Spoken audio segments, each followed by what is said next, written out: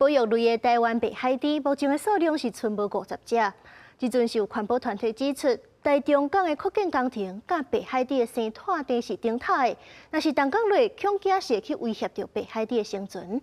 环保团体就专工办讲座，也有联署即寡活动，望讲大家会当做伙守护白海猪。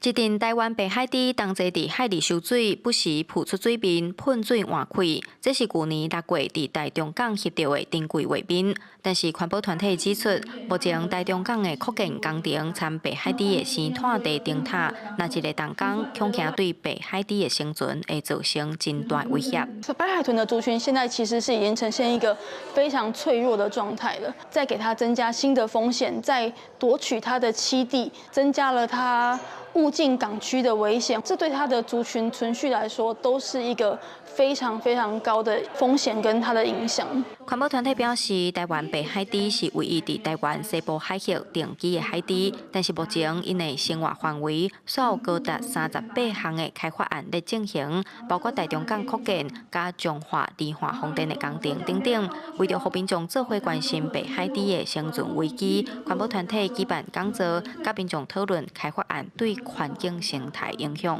白海豚足少人听到的，参加这个活动才知影的。即马台中港要搁较侪建设，因的环境搁愈较困难啊。坦白讲，我真的觉得蛮不乐观的，对于白海豚未来的现况。那因为我本身是做生态教育相关的，尤其是国小的，所以我会希望能借由我的力量，然后进入校园做宣导。环保团体表示，目前台湾保育类白海猪的数量剩无50只，强要调整。无适当的开发案，唔来破坏白海猪的生态地，增加污染，更加影响海洋生态系统。环团讲，因嘛有发起反台中港扩建的联署，望民众同齐关心白海猪的生存危机，重视环境的永续发展。记者杨淑晴综合报道。